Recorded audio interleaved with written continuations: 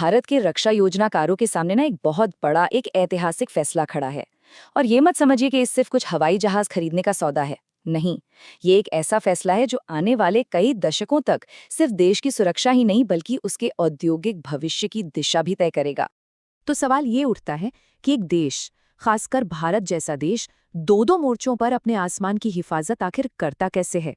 जब दांव इतने ऊंचे हों और पड़ोस का माहौल भी जैसा है वैसा हो, तो हर छोटे बड़े फैसले का वजन कई गुना बढ़ जाता है। देखिए, मामला इतना सीधा नहीं है कि बाजार गए और सबसे अच्छा फाइटर जेट खरीद लाए।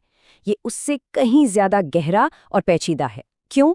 क्योंकि इसके पीछे राष्ट्रीय गौरव, आर्थिक भविष्य और रणनीतिक आजादी जैसी कई परतें जुड़ी हुई हैं।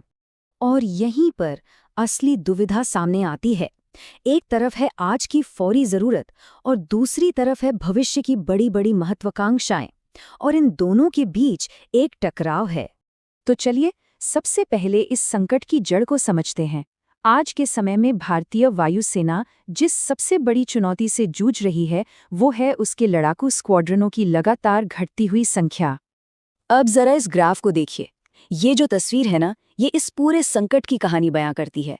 एक तरफ है वो आंकड़ा जो होना चाहिए, 42 स्क्वाड्रन्स, और दूसरी तरफ है आज की हकीकत, सिर्फ 29। मतलब सीधे सीधे 13 स्क्वाड्रन कम है। ये कोई छोटा मोटा गैप नहीं है, ये हमारी हवाई ताकत में बहुत बड़ी, बहुत गहरी खाई है।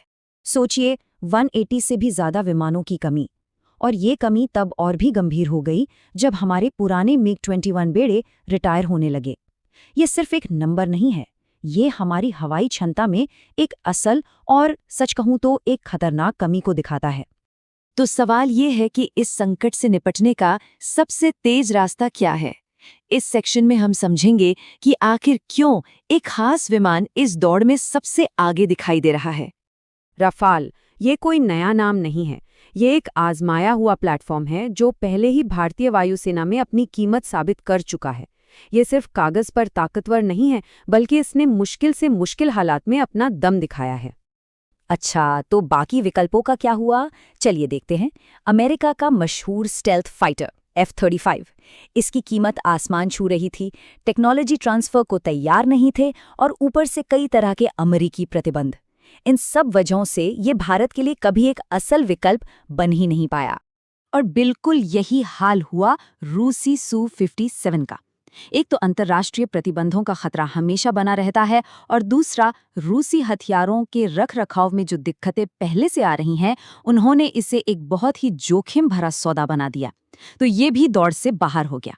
लेकिन कहते हैं ना, एक समस्या को सुलझाओ तो दूसरी खड़ी हो जाती है। और बस यहीं से असली दुविधा शुरू होती है। एक तरफ है हवाई जहाज़ों की फौरन जरूरत, तो दूसरी तरफ है एक बहुत बड़ा राष्ट्रीय सपना। और ये सपना है आत्मनिर्भर भारत का। ये इतना बड़ा विदेशी सौदा कहीं न कहीं हमारी उसी मूल राष्ट्रीय महत्वाकांक्षा के बिल्कुल उलट दिखाई देता है, जिसका मकसद ही रक्षा क्षेत्र में आत्मनिर्भर होना है। आत्मनिर्भरता के सपने के केंद्र में हमारे दो बड़े स्वदेशी प्रोग्राम हैं। पहला, तेजस MK2, जिसे वायुसेना की रीढ़ की हड्डी बनना है, और दूसरा AMCA, जो हमें अगली पीढ़ी की हवाई ताकत देगा। और ये जो बात है ना, ये इस पूरे मामले के दिल पर चोट करती है। सोचिए, एक तरफ तो हम घर पर खाना बनाने के बारे में बड़े बड़े मोटिवेशनल भाषण दे रहे हैं, और दूसरी तरफ स्विगी से खाना ऑर्डर कर रहे हैं। यही तो हो रहा है। एक तरफ आत्मनिर्भर भारत का नारा है, और दूसरी तरफ देश के इतिहास की सबसे बड़ी विदेशी रक्षा खरीदारी में से। और ये फैसला सबसे ज्यादा चुभता है पैसों के मामले में। जरा इस आर्थिक गणित को समझिए। जितने पैसे, यानी करीब 2 लाख करोड़ रुपए में हम 115 रफाल जेट्स लाएंगे, उतने ही पैसों में 250 से भी ज्यादा, जी हाँ, 2 गुने से भी ज्यादा स्वदेशी तेजस विमान बना सकते थे। तो चलिए अब आगे बढ़ते हैं और देखते हैं कि भारत इस खींचतान के बीच में एक बीच का रास्ता निकालने की कोशिश कैसे कर रहा है, एक जटिल हाइब्रिड तरीके से। तो ये जो मेक इन इंडिया का प्रस्ताव है, ये है क्या? देखिए, प्लान सिर्फ विमान खरीदना नहीं है। प्लान है कि पहले 18 जेट तो तैयार ले आओ, लेकिन बाकी के 96 यहीं भारत में बनाओ।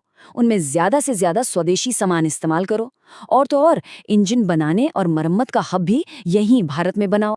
एक और रणनीति ये हो सकती है कि रफाल के आज के और भविष्य के दोनों वर्जन को खरीदा जाए।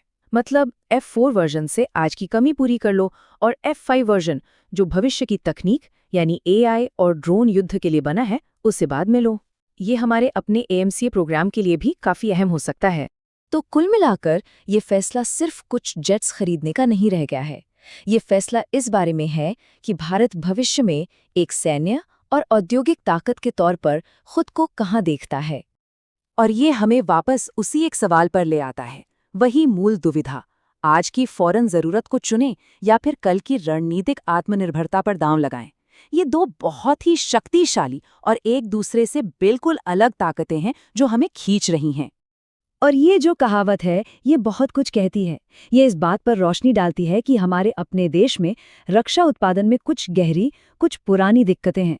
ये सौदा उन समस्याओं को सामने ला रहा है जिन्हें शायद हम दशकों से नज़रअंदाज करते आ रहे हैं। तो हम वापस उसी एक बड़े सवाल पर आ जाते हैं जो इस पूरी कहानी का निचोड़ है। क्या ये सौदा आज के लिए एक ज़रूरी ढाल है या फिर ये हमारे कल के उस बड़े सपने पर, आत्मनिर्भर भारत के सपने पर एक लंबी परछाई डालने वाला है? इसका जवाब शायद हमें आज नहीं मिलेगा, इसका जवाब तो आने वाला वक्त ही देगा।